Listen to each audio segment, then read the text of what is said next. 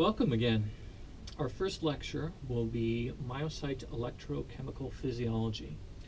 Another appropriate title would be Myocyte Membrane Physiology. Really, the bulk of this lecture will be focusing on one portion of the cardiac cell, the myocyte, and that is the cell membrane and the physiologic processes that happen around it.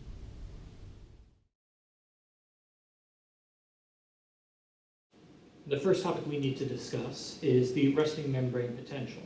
The resting membrane potential, or EM, is the electrical potential across the ventricular myocyte cell membrane. By convention, the extracellular space is denoted as having a charge of 0 millivolts. When measured by microelectrodes, the intracellular space has a charge of negative 90 millivolts relative to the extracellular space. The resting membrane potential, or EM, is determined by the concentration of cation and anions across the membrane, the relative permeability of the membrane to those anions and cations, and the greater the permeability, the greater the influence that particular ion has on the resting membrane potential. It is also determined in the presence of impermeability by ion pumps that transport ions across the membrane. So your resting membrane potential is the charge differential across the membrane itself. By convention, outside of the cell, a charge of 0 is applied. Inside of the cell, which has been measured, a charge of negative 90 millivolts is applied. So we know that there's a 90 millivolt differential between inside of the cell and outside of the cell, whatever that may be. But again, by convention, it's just labeled as 0. The membrane potential itself is governed by the number of cations and anions inside and out of the cell and their relative permeability or impermeability, as the case may be. In the case of permeability, ions and cations are moved by channels and exchangers. In the case of impermeability, they're moved by pumps. Your equilibrium potential is the electrical potential difference across the cell membrane required to maintain the chemical concentration gradient. So let's discuss our equilibrium potential, and we'll do a small thought experiment. Let's take a cation, let's take, for example, potassium, and we'll think about it as if it doesn't have a charge for a second. And let's say we have 10 units of potassium outside of the cell. As long as it can pass freely through its semi-permeable membrane, through an aqueous channel, an ion channel, you will quickly end up in balance. And the potassium will want to reach a state of homeostasis such that you have 5 inside and 5 outside. In reality, though, we know that potassium does have a charge. So not only does potassium want to move down its concentration gradient, but because the inside of the cell relative to the outside has such a strong negative charge, electrical forces are also pulling it. So if you put 10 of potassium outside of the cell, instead of getting 5 and 5 based upon just concentration forces alone, if you look at electrical forces in combination, you may end up with something that looks more like this, where you have a greater concentration inside rather than outside. It's been pulled beyond its normal homeostasis because of electrical forces in addition to concentration forces. So again, your equilibrium potential is the electrical potential, the difference of charge across the membrane that is required to maintain a specific chemical concentration gradient across that membrane. There are 3 ions that participate in your equilibrium potential: potassium, sodium, and calcium. Of the 3, potassium is the most important. Chloride is present, however, it participates very low. These are all aqueous ions, which means they live and move freely in a water-soluble environment. They cannot cross a water-insoluble phospholipid bilayer without an aqueous channel, exchanger, or a pump. Therefore, the chemical gradients of these 3 ions, or the concentration difference inside and out of the cell, is determined in part by negatively charged intracellular proteins, which exert an effect on these ions and create passive ion diffusion through aqueous ion channels and exchangers. And in the presence of impermeability, activation of energy-dependent pumps also move the ions across the membrane and contribute to the formation of the equilibrium potential. Myocyte equilibrium potential specifically is, as we said, governed by our three ions, and their concentrations in and out of the cells are: potassium is the main intracellular cation. It has 150 millimoles found intracellularly, while only 4 millimoles are found extracellularly. This creates a chemical concentration gradient such that potassium leaks out of the cell continually. Sodium is the opposite. It is the major extracellular cation. Intracellularly, it only has about 20 millimoles, whereas extracellular has 145 millimoles. This creates a chemical concentration gradient that exists for sodium to diffuse into the cell. Calcium is similar to sodium in that its concentration is greatest outside of the cell. It only has 0.0001 millimole found intracellularly and 2.5 millimoles found extracellularly. Therefore, there is a concentration gradient existing for calcium to diffuse into the cell as well. And to summarize the first few slides, taking a look at our myocytes in a graphical form, we have our oval myocyte here, stylistically represented. Inside, you see negatively charged proteins, which are impervious to the cell membrane and are present and contribute largely to the negative 90 millivolt baseline resting membrane potential charge. And you can see the relative concentrations of potassium, sodium, and calcium, and the direction in which they will naturally diffuse down their concentration gradient. The equilibrium potential is the electrical force needed to balance this chemical concentration force that the ions follow. So let's take a moment and look at each of the three cations in isolation. And we'll start off with our potassium equilibrium potential, the electrical force needed to maintain a specific potassium concentration across the cellular membrane. So the equilibrium potential for potassium, or EK, is the membrane potential necessary to oppose the outward potassium movement down its chemical concentration gradient. Potassium diffuses down its chemical gradient from an intra to extracellular position. As a result, a negative charge is left intracellularly. This is due to the fact that there is a lower potassium concentration as a result of this movement, and because of remaining unopposed intracellular negative proteins. This process is governed by the Nernst equation, where E sub x, and x can be any of the three electrolytes that we choose, potassium, sodium, or calcium, is equal to a constant times the logarithm of the concentration of intracellular electron divided by extracellular electron. Using our Nernst equation to figure out our potassium equilibrium potential, we find that EK is equal to our constant, negative 61, which is the product of R, the gas constant, times T, the temperature in Kelvin, divided by Z, which is the number of charged ions, and number 1 is applied to monovalent ions, such as potassium, which would be K1 plus, or a charge of 2 would be applied for divalent ions, which would be calcium 2 plus, times the Faraday constant. All this is multiplied by the logarithm of the concentration of intracellular potassium divided by extracellular potassium. And if you get out a calculator, you can figure out if we use 150 millimoles for intracellular and 4 millimoles for extracellular, our potassium equilibrium potential is negative 96 millivolts, meaning that is the charge that would be required inside of the cell in order to maintain a concentration of 150 inside and 4 out. That's the electrical charge needed to prevent potassium from moving down its concentration gradient. Now, the net electrical force is the electrical force needed to counterbalance the chemical gradient, but it looks at it in a way that considers all of the ions participating, because our cells have more than just potassium. They also have sodium and calcium.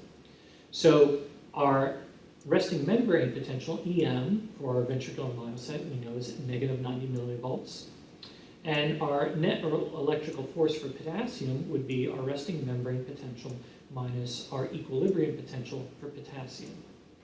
So if negative 96 is what is needed to prevent potassium from diffusing down its gradient, and what we have is only negative 90, in a sense, there's a electrical charge of 6 millivolts within the cell, which is pushing potassium outward. So in addition to potassium moving down its chemical gradient from an inward to outward position, the net electrical force is a positive force moving potassium from an inward to outward position. So the net electrical force constantly moves potassium outside of the cell, and it does so in a fashion that is very good because the cell membrane has good permeability to potassium while the cell is at rest. Having the potential to move the ion is not enough. You need to have the ability or the permeability to move the ion. Next, let's take a look at sodium equilibrium potential. So this entire process will be analogous to what we just did. Our equilibrium potential for sodium, or E sub Na, is the membrane potential necessary to oppose the inward movement of sodium down its chemical gradient. And we know that sodium diffuses down its chemical gradient from an extracellular to an intracellular position. Again, if we apply the Nernst equation, we would find that if we used 20 for an intracellular concentration of sodium and 145 for an extracellular concentration, we would find that 52 millivolts are necessary within the cell to maintain that gradient such that potassium does not have the urge to move into an intracellular location. If we look at our net electrical force, the electrical force needed to counterbalance the chemical gradient, our net electrical force for sodium would be our membrane potential, negative 90 minus 52 millivolts, which would give us a total net electrical force of 142 millivolts. So not only is there a chemical gradient such that sodium wants to diffuse from an extracellular to an intracellular position, there is also a very strong electrical gradient existing. In order for there to be no movement and the concentration to be kept at 145 outside and 20 inside, the cell would have to have an internal charge of 52 millivolts. And at negative 90, it's about 142 millivolts away from that goal. So the net result is that the net electrical force of sodium constantly moves into the cell. However, movement while at rest, while the cell is at rest, is very limited because of poor permeability to sodium.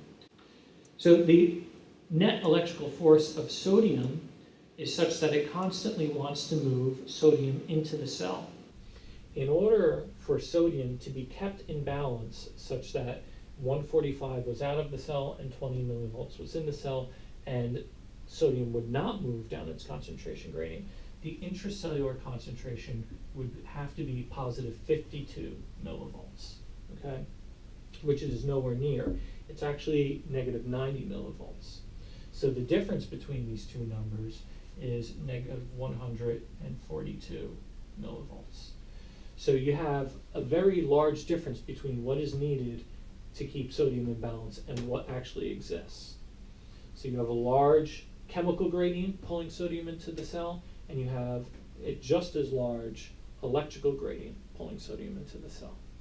And the only reason that sodium isn't constantly flowing into the cell very significantly is because at rest, there's very poor permeability. The aqueous channels are not open. So sodium really, despite having a great potential for movement, doesn't move very much. Again, carrying out this process for calcium, we find out that the equilibrium potential for calcium is the membrane potential to oppose the inward calcium movement down its chemical gradient. And again, calcium moves down its chemical gradient from an extracellular to an intracellular position. And when we apply the Nernst equation, The only difference again is that this time Z, because it's a divalent ion, has a number of 2, changing what our constant is. If we use an intracellular calcium of 0.0001 millimole and an extracellular concentration of 2.5 millimoles, we find that our calcium equilibrium potential is positive 134 millivolts, meaning we would need an intracellular charge of 134 millivolts to maintain a concentration of 2.5 out of the cell and 0.0001 out of the cell. Anything less than that, calcium is going to then diffuse into the cell. So our net electrical force, and again, the electric force needed to counterbalance the chemical gradient, is our net electrical force of calcium equals our membrane potential of negative 90 millivolts minus our equilibrium potential of calcium, 134 millivolts, which gives us a net electrical force of 224 millivolts. So there's a very strong electrical force pulling calcium into the cell. Again, even though this chemical gradient exists and this electrical gradient exists, movement of calcium is very limited into the cell while the cell is at rest because of poor calcium permeability. So the concentration of calcium outside of the cell is significantly larger than what it is inside of the cell. So there is a concentration gradient for calcium to favor it moving from an extra to intracellular position. In addition, our resting membrane potential is negative 90 millivolts, and it being a cation, a positively charged ion, there is a negative force drawing calcium into the cell as well. Now, the equilibrium potential for calcium would be 134 millivolts. This is the charge that would need to exist inside of the cell such that it would balance this concentration difference so that calcium would not move and it would be kept in this concentration. So you have 2.5 millimoles out and 0.0001 millimoles inside of the cell. That is not the charge that we have inside of the cell at rest, though. We have negative 90 millivolts. So the difference from negative 90 millivolts all the way up to 134 millivolts, you're looking at a 224 millivolt difference, right? That is how much less than what it is we need compared to what we actually have, such that we have a very large electrical force drawing calcium into the cell. So there's a concentration gradient drawing calcium into the cell, and there's a very significant net electrical force drawing calcium into the cell. However, much like sodium at rest, calcium does not have very good permeability to the cell membrane. So while at rest, its movement is limited. So even this potential force exists for potassium or for calcium to move down its concentration gradient. It does not so because of limited permeability. So ion movement represents an electrical current. And electrical currents are governed by Ohm's law, which is the current I equals the voltage V divided by resistance R. And this physics formula or concept applies to the conductance across cell membranes as well. The reciprocal of resistance is conductance, right? Resistance would be the difficulty of moving a charge through a specific medium, and conductance is the ease of a charge. It's two ways of looking at the same thing. So replacing resistance with its reciprocal conductance, we find out that our current I is equal to our voltage V times our conductance G. And if we solve for conductance, we find conductance is equal to our current divided by our voltage. And so translating our formula into language, we already have identified some of these variables. We have identified the concept of current, which would be related to permeability and the movement of ions across a membrane. And we've already talked about our voltage and our net electrical force. So ion conductance is equal to our ion current divided by our net electrical force acting on that ion. Our ion concentration is determined by individual ion channel properties, whether they're open, whether they're closed, how many they are, and what are their permeability, and the membrane potential. So if you take a look at ion conductance and the formulas, where our variables, E sub m is our membrane potential, Gx would be the conductance for a specific ion, be it potassium, sodium, or calcium. G prime x is the conductive of that ion relative to the changes in conductance of the other ions. So a little bit more real world rather than looking at something in isolation. And Ex is our equilibrium potential for that ion, all concepts which we have seen. E sub m, our membrane potential, is equal to the sum of the relative conductance of each ion with respect to the other ions times the equilibrium potential for that ion. And listed are the formulas which each one plugs into the next, giving you the final formula, which can be reduced to our membrane conductance is equal to the potassium of conductance relative to the other ions, multiplied by its equilibrium potential, 96, plus that of sodium and that of calcium. So our membrane potential reflects the concentration gradients of individual ions and the relative permeability of the membrane to those ions.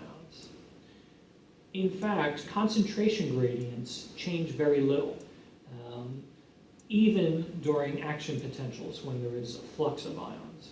What brings about changes in the membrane potential is the changes in conductance, is the changes in movement. So if you're having movement of ions across the cell, but their concentrations don't change, it means for every movement that you have in or out, there has to be a reciprocal correction for it going on in another place or in another time. And as we continue to go through the lecture and talk about more phases of the action potential, not just the resting phase, we'll continue to see how these ions are adjusted for. So at rest, potassium has the greatest permeability, so it has the greatest influence over our membrane potential. Sodium and calcium contribute very little to the membrane potential while at rest because of their poor permeability. So the greater the permeability of an ion, the greater the electrical conductance for that ion, and the greater the influence on the membrane potential. During an action potential, for example, the conductance of sodium increases greatly and the conductance of potassium decreases greatly, which brings our membrane potential closer to that of sodium, the equilibrium potential for that of sodium, around 42 millivolts, although it doesn't quite get there. So ion gradient maintenance. If what determines the resting membrane potential is the movement of an ion, but the concentrations do not change, something has to be keeping those concentrations static while movement's going on. So ion gradient maintenance occurs by pumps and exchangers. So while the aqueous channels are moving ions due to passive diffusion, due to net electrical forces, ions are being moved against those electrical forces by ATP-dependent pumps. So ion gradients are maintained by energy ATP hydrolysis ion pumps and also passive ion exchangers. They correct ion movement from action potentials and movement from the resting diastolic exchanges.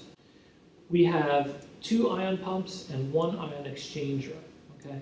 The ion pumps require energy. They require ATP, or adenosine triphosphate. The 2 ion pumps are sodium-potassium ATPase pumps and ATP-dependent calcium pumps. You also have a sodium-calcium exchanger, which does not require ATP. So we'll talk about these in isolation. Our sodium-potassium ATPase pump, sodium and potassium. Sodium is constantly leaked into the cell in a minor way, and potassium is constantly leaked out of the cell in a major way during the resting phase of the action potential. Sodium and potassium ATPase pumps, which are energy dependent, shifts potassium back intracellularly and sodium back extracellularly. So it keeps it in balance while this passive diffusion is going on. It does so at a ratio of 3 sodium out per 2 potassiums in. And because it is not an equal exchange, it is what is called electrogenic. It means it creates or rather contributes to the membrane potential by creating a polarizing current, and it creates about a negative 10 millivolt current within the cell. Looking at pump pathology or pathophysiology in pharmacology, if we have a situation where we have a deficit of ATP, be it from any source, let's say, for example, a hypoxic condition, or if the ATP is abundant but we've blocked the pump by medication, in this case a cardiac glycoside medication like digoxin, both of these having a common mechanism, what you would find is that potassium would remain extracellular once it's been pumped there, and sodium would remain intracellular. As a result, equilibrium potential for potassium is less negative and the cell becomes more depolarized. So let's go back and take a look at the Nernst equation again and apply it in a new setting. If you look at our original situation where we had a concentration of 150 inside of the cell potassium and 4 outside of the cell, when we plug it into our equation to get our equilibrium potential for potassium, we get negative 96 millivolts.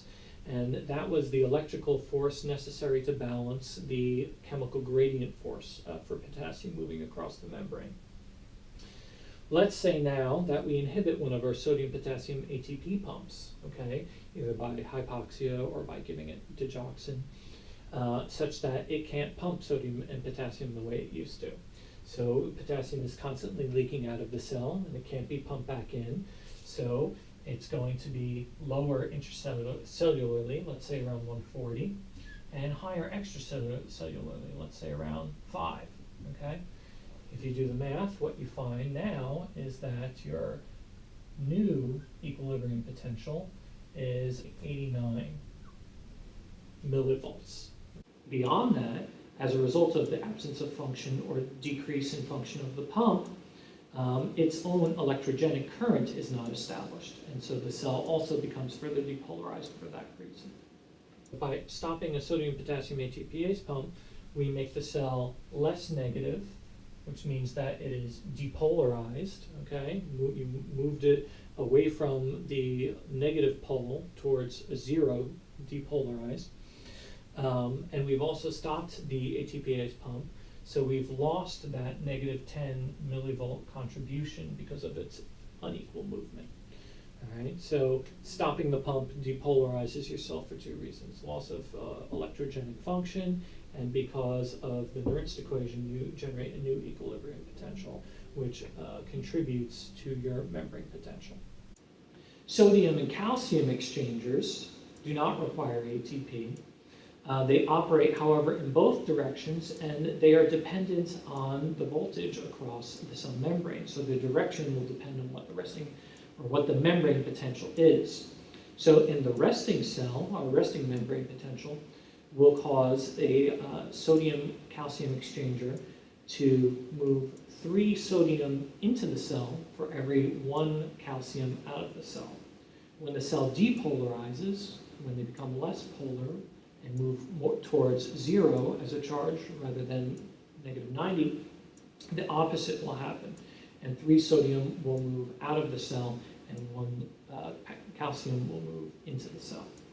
It does generate, because it is not a balanced exchange, it does generate a small electrogenic current, a few millivolts. However, it is small enough to not take into consideration. So when we look at the pathophysiology of the sodium and calcium exchanger, these pumps are strongly influenced by sodium concentration.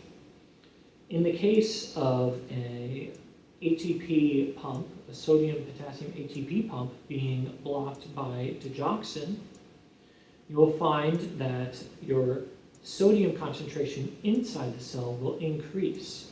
As a result, this will decrease the chemical gradient across the cell and will inhibit the sodium-calcium exchanger. This will cause an accumulation of calcium within the cell, and high levels of intracellular calcium promote increased myocardial contractility. So in this example, we can see how digoxin, by influencing a sodium ATPase pump, then indirectly influences a sodium-calcium pump, thus raising the level of intracellular calcium and increasing myocardial contractility. Pump pharmacology is strongly influenced by sodium concentration across the cell membrane. So let's take a sodium-potassium ATP pump and let's inhibit it by giving it digoxin.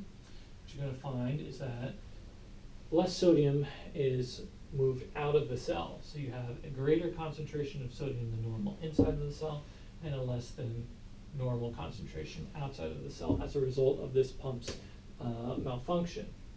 This is going to inhibit the inward movement of sodium, okay? Because you already have a higher concentration gradient, and this pump is dependent upon the necessary concentration gradients. Remember, it can flip in both directions. If sodium is not moving in, that means that calcium is not moving out. So calcium will then increase. Increased intracellular calcium has the benefit of improving myocardial contractility. So digoxin works indirectly on sodium calcium exchange pumps by inhibiting sodium potassium ATP pumps. It increases intracellular sodium, which decreases pump activity and thereby increases intracellular calcium levels and then increases myocyte contractility. The third example we'll talk about is the ATP-dependent calcium pump. And again, this pump moves calcium extracellularly. It is dependent on ATP. And again, because it is an unbalanced pump, it's only moving one anion in one direction. It's not an equal exchange or an equal pump. It does generate as well a small electrogenic potential across the membrane in the direction that it moves. So our ion channels are polypeptide chains which span across the phospholipid bilayer cell membrane. These ion channels undergo conformational changes, which mean they change their shape into either an open or closed configuration. And they do so by two methods. There are two channel types. They're either voltage-gated or receptor-gated. The voltage-gated channels change their shape from open to closed in response to changes in membrane potential. The receptor-gated channels change their conformation from open to closed in response to chemical signals which operate through cell membrane activation. The next few slides will be building a language or building an alphabet. We'll be talking about the various types of channels. And although tedious is necessary because they will be constantly referenced throughout the rest of the lecture. As far as types of channels, we have our inward rectifier, or our K1 potassium channels. These are voltage-gated channels. They maintain a negative potential in phase 4 by the outward movement of potassium flow during the diastolic resting state. They close with a cellular depolarization. We have our transient outward, or our TO, potassium channels, which are, again, also voltage-gated. And they contribute to phase 1 in the myocyte. Our delayed rectifiers, or our KR potassium ion channels, which, again, are voltage-gated, contribute to phase 3 repolarization. We also have ATP-sensitive potassium ATP gates. These are receptor-gated, and the receptors for ATP. They are inhibited by ATP, and they open in the deficit or absence of ATP, an example of which would be during cellular hypoxia. So let's talk in specific about one of the potassium pumps we discussed, and it's the ATP-sensitive potassium pump. This is a pump that moves potassium into the cell, which is normally inhibited by ATP. Let's say we have a hypoxic situation where we have a deficiency in ATP such that sodium is not being pumped out and potassium is no longer being pumped in. Well, we know because of our net electrical force, we have an outgoing current of potassium ongoing in our cell, and it will be unopposed now because of lack of ATP. Well, lack of ATP here also promotes lack of ATP in other places. And without ATP inhibition, these potassium pumps become open and you get inward movement of potassium.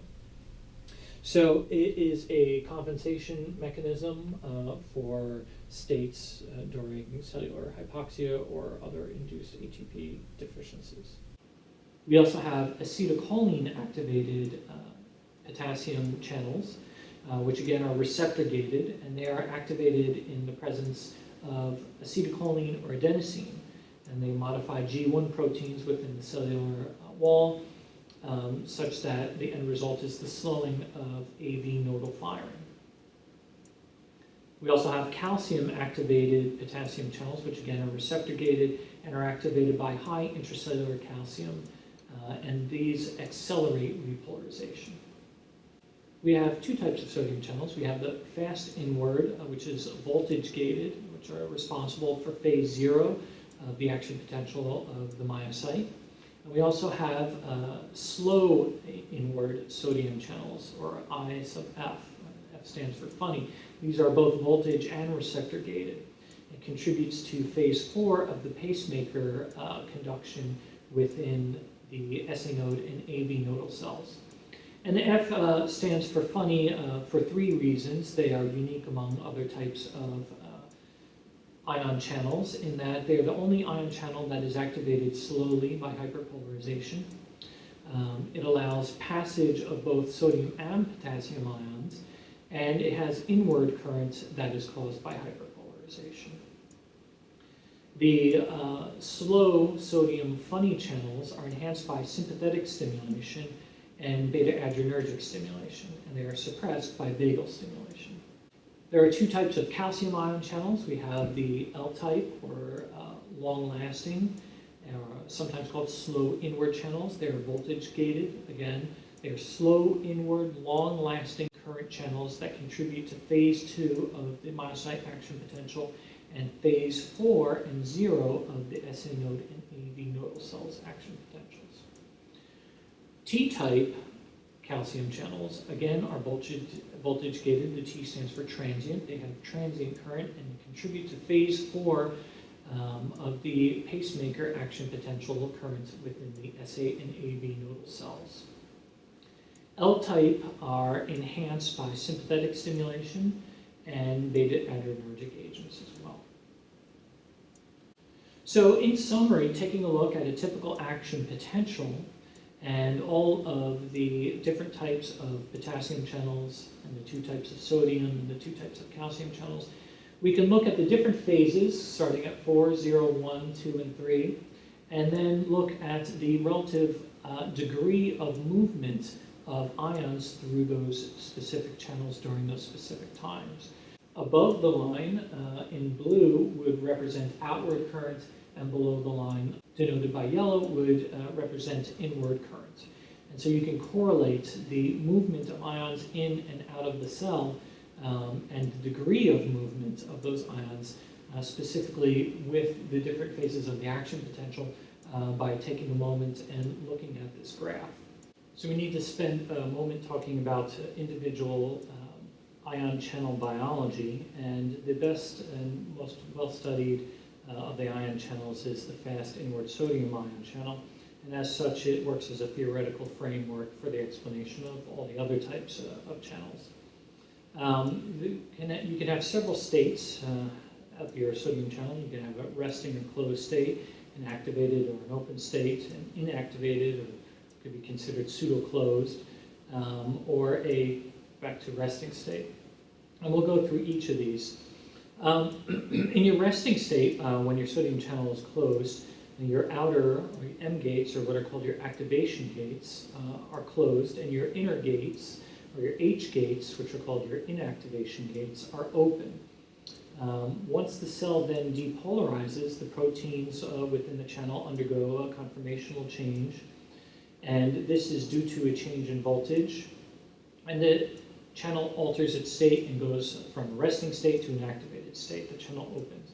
So your M gates open, and they open rapidly. They open more rapidly than your H gates can close, and thus you have an open state for a period of time where sodium can diffuse down its chemical and electrical gradient into the cell. Your M gates take about 0.1 to 0.2 milliseconds to open, whereas your H gates take about 1 millisecond to close, so there is a bit of a lag or a delay. Sodium enters the cell and the cell becomes depolarized. After a short period of time, after about 1 millisecond, the gate then becomes inactivated, which means its H gates close. It's still technically open because its M gates are open. However, sodium is no longer flowing through. So sodium no longer enters the cell, and then the cell begins to repolarize. Right? Once it repolarizes, your M gates close again, and you're back to the beginning of the cycle. So let's take a moment and talk about our fast sodium channel voltage gate physiology. In a closed state, we have our M gates closed. Sodium cannot flow into the cell. In our open state, sodium certainly can. And in our inactivated state, sodium cannot. Again, because our H gates are closed, even though our M gates are open. The process of going through closed to activated to inactivated, back to closed again, can be modulated in different ways. You can have partial depolarization as a initial starting resting state, and that will affect the physiology of the sodium channel. And you can actually also have a slow depolarization, which will affect the ion gates physiology. So first, let's look at when our resting membrane is already partially depolarized as a starting membrane state. Here, our H gates are already closed before you have full depolarization. Because it's a slower process, the H gates close and you have a greater proportion or population of inactivated gates before your sodium gates even fully open. So that 0.1 to 0.2 milliseconds of M gate opening is slowed down such that it's longer than that 1 millisecond H gate closing. And you go directly from a closed state back to an inactivated state, and you skip over the open state. So as long as there is a partial depolarized state exists, channels will not revert to their closed state. This tends to happen in hypoxia because cells are depolarized and have a less negative resting membrane potential. Let's talk a little bit about depolarizing from a partially depolarized state. So normally, with a fast sodium channel, your M gates open faster than your H gates can close. So you end up with an open period where sodium can come in. Okay? Normally, your resting membrane potential is around 90 millivolts. Right? And you could think of it as the further you are away from the zero line, the charge of zero, the more polarized you are. Think of it like a slingshot, the more power you're going to have. If you're partially depolarized, closer to zero, less polar, so let's say you have about 80 millivolts as a resting membrane potential. The action potential that you're going to generate, instead of being a swift upstroke, is going to be a little bit less so. It's going to be a little bit more diagonal, a little bit more rounded, and that's just stylized to kind of prove a point or to discuss a point. But what happens is that your H gates end up closing at a rate faster than what your M gates can open. So if you don't depolarize quickly, you end up going directly from a resting closed state to an inactivated state. You kind of jump over and skip the open state. And this is common in hypoxia. Your cell membrane is partially depolarized because of a result of differences in the shifting of electrons across your membrane and inactivation of ATP, generating a different membrane potential, one that has less potential energy to it. You end up with a slower action potential, and as a result, your gates don't function correctly, and you skip over your opening state, and you end up with an action potential that's more rounded rather than a nice spike upwards. You can also have a slower depolarization from a resting state. And again, this causes the H gates to close before the N gates can open fully. And you will have the similar transition from a closed state to an inactivated state, skipping over the open state. Once your membrane potential crosses that 55 millivolt threshold, the last of your fast sodium channels are inactivated. So the more that a cell is depolarized, the greater the population of inactivated sodium gates. So your resting membrane potential is around 90. Your action potential is stimulated at a threshold of about 70, and you have a brief period of open sodium channels until your voltage further depolarizes until about 55, in which case your sodium channels begin to be deactivated. Sodium blockers or antiarrhythmic drugs, their ability to act on the sodium channel and bind is only possible when it is open, but it is also possible when it is inactivated, okay? Because it can get to the receptor even though sodium is not flowing at that particular point, but it can't activate or deactivate, rather, the sodium channel while the sodium channel is closed. The sodium current through these sodium channels is determined by the number of sodium channels that you have to allow sodium current through, the duration of time that these channels are open before they're inactivated or closed, and the electrical chemical gradient that drives sodium through these gates into the cell. Sodium governs the action potential initiation for your non-pacemaker cells, whereas calcium governs the pacemaker action potential generation for your pacemaker cells. In pacemaker cells, the same process occurs. It is governed by slow inward or long-lasting L-type inward calcium channels. The slides here are analogous to the slides presented for the fast action potential, fast inward sodium gated channels. The only difference is that instead of M and H gates, you have D gates, which are your activation gates, and F, which are your inactivation gates on the slow inward type calcium channels. The physiology is theoretically essentially the same. And here you have a slide comparing the two, the fast sodium inward channels and the slow inward calcium channels. So we can start to talk about action potentials. We've talked about the resting membrane potential, and now we'll talk about a more dynamic portion of the cell membrane, which is your action potential.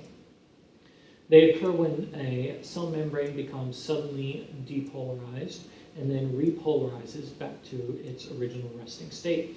There are two types of action potentials. There are non-pacemaker and pacemaker action potentials. The non-pacemaker action potentials are triggered by an external source, by a depolarizing current from an adjacent cell.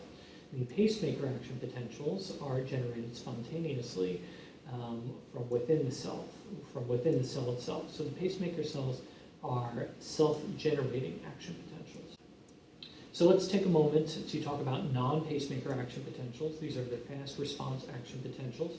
These, as a model, we will be looking at ventricular myocyte and Purkinje fiber action potentials. That is what these graphs will be representing. In the non-pacemaker cell action potential, there are 5 phases. You start at phase 4, which is your resting membrane potential. You go to phase 0, which is your rapid depolarization, which is the part that needs to be triggered by an adjacent cell. Phase 1 is your initial repolarization. Phase 2 is a plateau phase. And then phase 3 is the remainder of your repolarization back to phase 4, your resting membrane potential. The threshold for activation of phase 0 for the activation of this action potential is about -70 millivolts. So the cell needs to be brought from its resting membrane potential of about 90 millivolts up to 70 from an adjacent cell. So going through the action potential by phase in detail, phase 4, we've spent extensive time talking about our resting membrane potential. Here, the outward current of potassium is much greater than the inward current of sodium and calcium combined. And these are due to our inward rectifier potassium channels. They are voltage gated and they're responsible for your potassium current. In phase 0, we have our rapid depolarization, our quick upstroke. It is initiated when a cell is rapidly depolarized from its negative 90 millivolt threshold to a threshold voltage of about negative 70 millivolts. And this is from a current from an adjacent cell. The net effect is that our resting membrane potential will be moved closer to the equilibrium potential of sodium and further from the equilibrium potential of potassium. You have a transient opening of fast inward sodium channels, thus you have an increased sodium current, and you also have a transient activation of transient outward potassium channels and an activation of slow inward L-type calcium channels. However, these occur later within phase 0, which is very quick, and the influence of them is not seen quite yet. The resting membrane potential is 90 millivolts, and that takes in consideration the balance of all ions and intracellular proteins. The equilibrium potential for potassium, which is the ion that has the greatest influence over what your membrane potential is negative 96 millivolts for potassium. So it's very close. As you start to depolarize from an adjacent cell and you hit that 70 mark and you generate an action potential, your sodium gates open. So sodium's permeability increases very, very much, okay? Much more inward than potassium has outward. So you get a drive of sodium in, and the conductance of sodium goes way up, and as such it starts to influence what that membrane potential is. And remember, the equilibrium potential for sodium is positive 42 millivolts. So as you move up in your action potential, you start off at negative 90, you reach threshold at 70 from an adjacent cell, and then you take over with your action potential. Your sodium currents open up, you pass the 0 line, and the goal is about 42 for sodium to be in equilibrium. You don't quite reach this. You start to rebound back down because of other gates opening and other ion movement.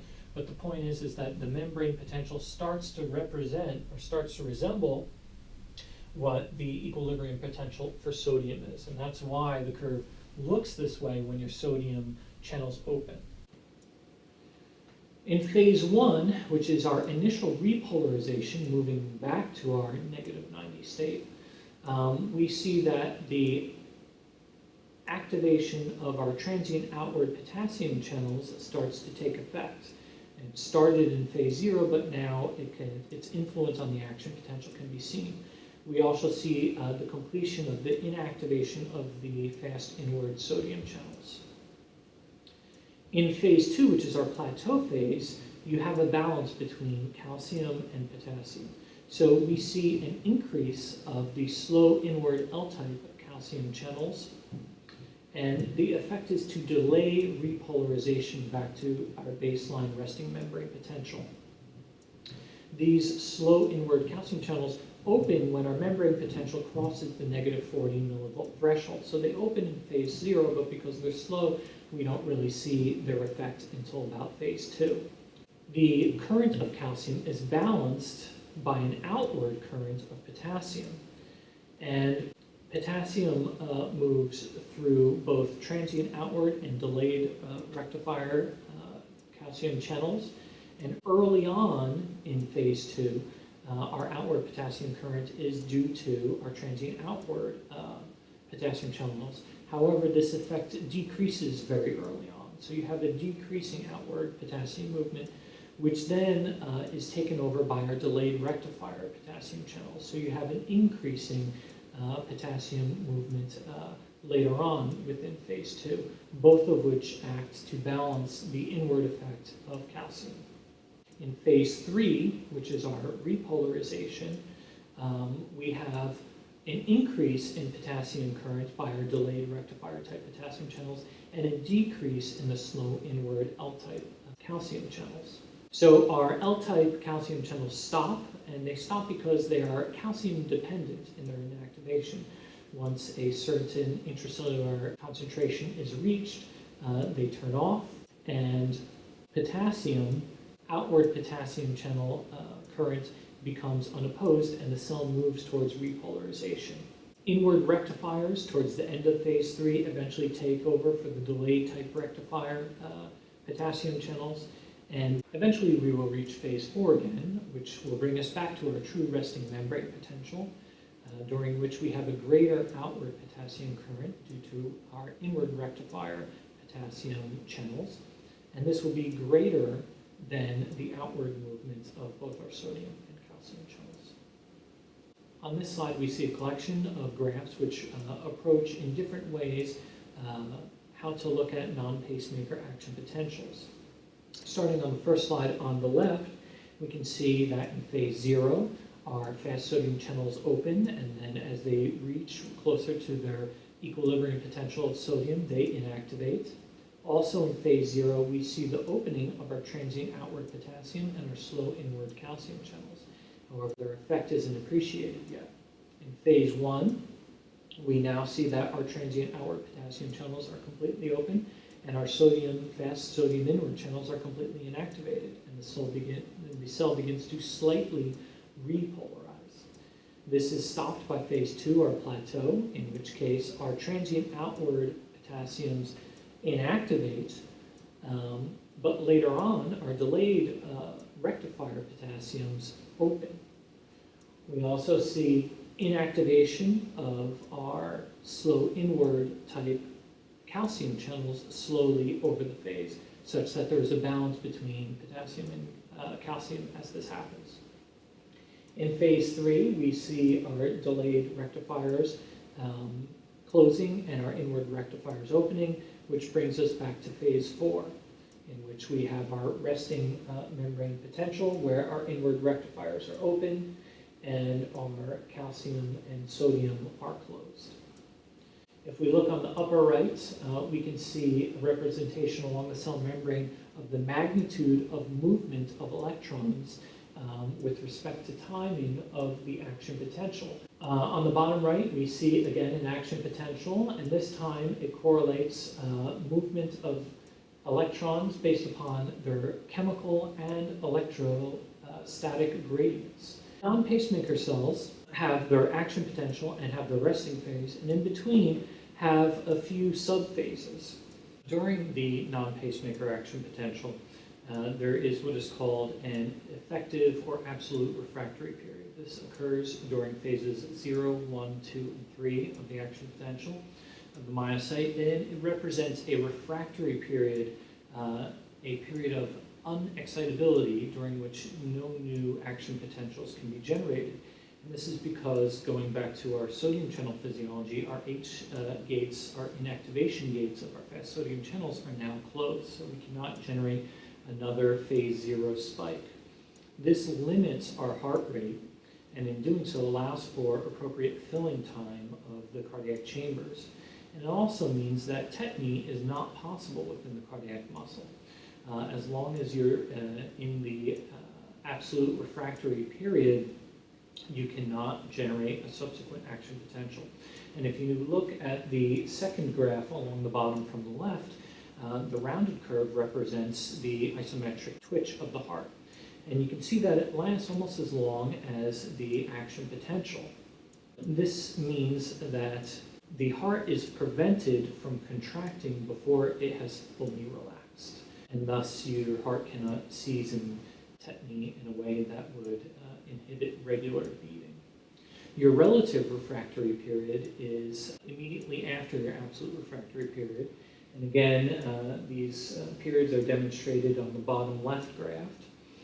We can see that the relative refractory period is a period that would require a suprathreshold depolarization stimulus to elicit an action potential, meaning that a greater than normal charge would need to be applied to the cell to generate a subsequent action potential. The action potentials that are generated during the relative refractory period tend to have a decreased slope. They're more rounded, they're not as spiked during their phase 0, and they tend to also have a lower amplitude. And this is mainly due to the fact that not all sodium channels have recovered yet and are able to participate in the generation of a new and effective action potential. And if you look at the two graphs on the bottom right side of the screen, you can see the differences in the shapes of action potentials as they're initiated during different phases of the relative refractory period. Following the relative refractory period, you actually have a period of supernormal excitability. Action potential generation is actually easier than normal because potassium permeability is still lower than normal. Action potentials will be smaller also because not all sodium channels are reset. And when we talk about our relative refractory period and our absolute refractory period and our supernormal excitability period, in later lectures it will become important with arrhythmia generation. Moving on to pacemaker action potentials. There is no true resting potential with pacemaker action potentials. The heart has no specific motor nerve supply generating its contraction. Spontaneously generated action potentials are responsible for the heart beating, and these come from our pacemaker cells. The primary cause of depolarization in these pacemaker cells is the slow L-type calcium channels, the slow inward calcium channels. And these slow calcium currents generate what are called slow response action potentials. And we'll see that it's a slightly different shape than the action potentials associated with the non-pacemaker cells and the fast sodium channels. These exist within the SA node, the AV node, and the ventricular conduction system.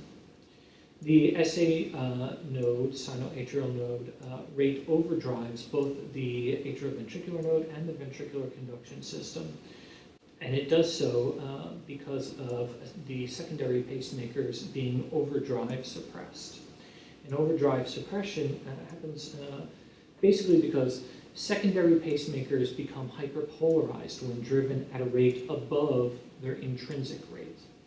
And this hyperpolarization in part occurs because of the increased frequency of action potentials stimulating sodium-potassium ATPase pumps, which generate an electronegativity and thus hyperpolarize the cell, requiring a longer period to generate an action potential, and that longer period allowing for sufficient time for conduction to come from above, and thus they are overdrive suppressed.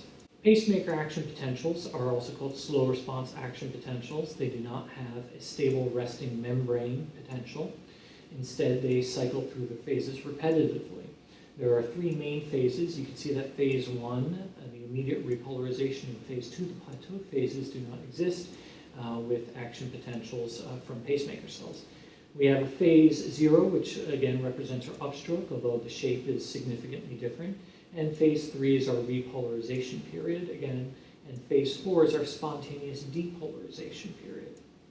This is also called our diastolic depolarization, or our pacemaker potential. Again, our threshold voltage for an action potential is negative 40 millivolts. And although there is no true resting membrane potential, what comes close to being the resting membrane potential, you could see is significantly higher than what the resting membrane potential is for a pacemaker cell.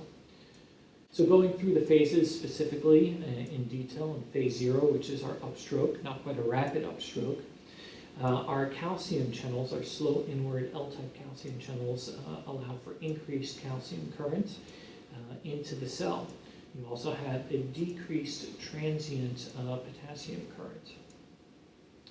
Phase 3 represents the repolarization period, in which case a delayed rectifier channels open and you have an increase in potassium current. You also have the slow inward L-type calcium channels beginning to deactivate, so that you have a decrease in calcium current. The end of phase 3 occurs generally around a millivoltage of about 65 millivolts. Phase 4 is the spontaneous depolarization, and it can be split into two parts. Your first half, early on, you have a decrease in potassium current due to delayed rectifier cells as the cell repolarizes. And then pacemaker current is generated from your slow inward or funny type sodium channels. The second half of phase 4 is denoted by an increase of calcium current through the T-type cells, the transient calcium cells, which open briefly at around negative 50 millivolts. As depolarization begins to reach threshold, the slow inward L-type channels again open. Analogous to our slide going over the different approaches to looking at non-pacemaker action potentials, again we have a slide looking at pacemaker action potentials in various ways. And so again, we see in phase 0 that our slow inward calcium-type channels open and then at the end inactivate. During phase 3, we have various types of potassium channels opening, and in late phase 3, our funny type sodium channels begin to open, which lead us to phase 4, in which case we have a certain amount of potassium channels open, and which then close, and our sodium channels, our funny type sodium channels, open once again. In the top right, we can see a comparison between our fast response and slow response, and the effective or absolute refractory period and the relative refractory period for both of them. And on the bottom, we can see the differences in action potentials as they're generated further and further away from the relative refractory period until they reach a point when a full and normal-sized action potential can be spontaneously generated. And just to summarize what we've learned so far, you can take a look. We've been talking about fast action potentials and slow action potentials, non-pacemaker and pacemaker, respectively. And you can see that for the slow type action potentials, we've been referencing mainly what looks like the SA node waveform on the top left. And for our fast action potentials, our non-pacemaker, we've been referencing our Purkinje or our Myocyte pacemakers. But our action potentials actually look different depending on where they're generated from the heart. And it's important to keep in mind that these are all stylized graphs, and you can go to different texts and see slightly different schematics and different representations of action potentials from different parts of the heart. What is important, really, is to correlate our ECG with our action potentials and the shape of them. And again, you can see an atrial muscular myocyte action potential associated with the onset of the P wave. Prior to that would be our SA node slow action potential. And then our QRS is associated with our ventricular action potential. And again, this is a slide we would return to when we talk about the influences of antiarrhythmic medications and how the effects of action potential generate effects on our ECG and guide our treatment. And just as a summary, you can see a fast and slow action potential, non-pacemaker and pacemaker action potential represented here, associated with the culmination of their movement of ions across the cell membrane, set up in a way that you can look at the timing of the movements associated with the phase.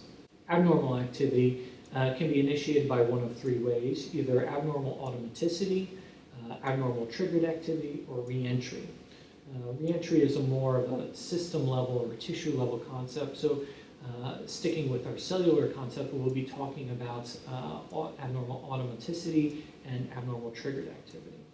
So abnormal automaticity is spontaneous action potentials which are generated and thereby producing dysrhythmias or arrhythmias.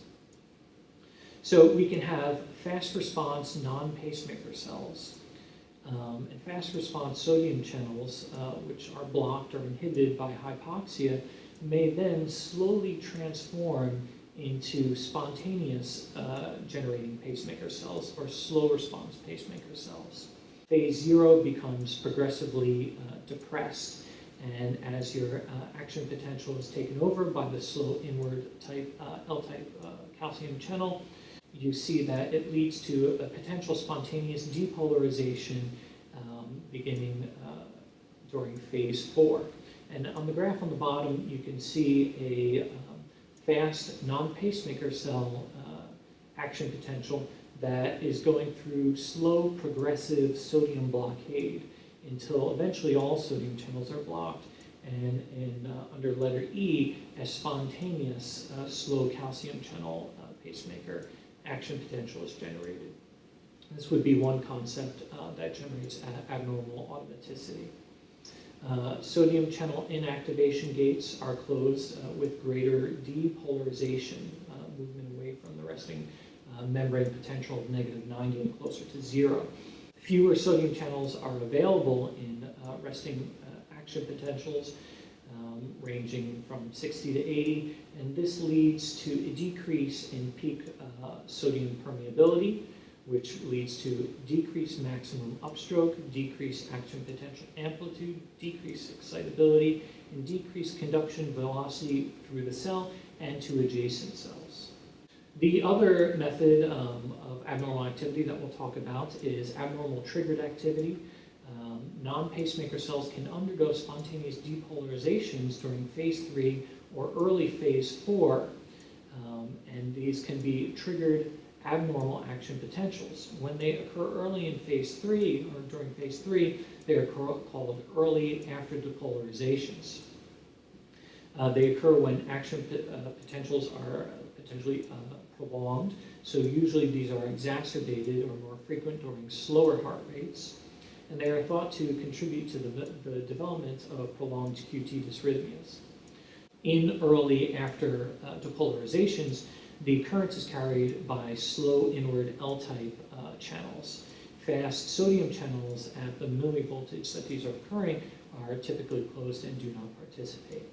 And again, you can see an early depolarization on the far right. The other type of abnormal triggered activity is delayed after depolarizations. These occur during the end of phase 3 and beginning of phase 4. They are typically associated with increased intracellular calcium seen in ischemia, digitalis toxicity, or catecholamine excess. Spontaneous depolarizations, if significant in magnitude, can trigger self-sustaining tachycardias. And again, the picture on the right, on the bottom, shows a delayed after polarization. Now we're going to zoom out a little bit and move from talking about one cell to talking about multiple cells and how these cell membranes communicate with each other. And that is the topic of myocyte conduction. Cardiac cells are positioned end to end, and conduction is spread cell to cell in this manner. Conduction is carried out through what are called intercalated discs.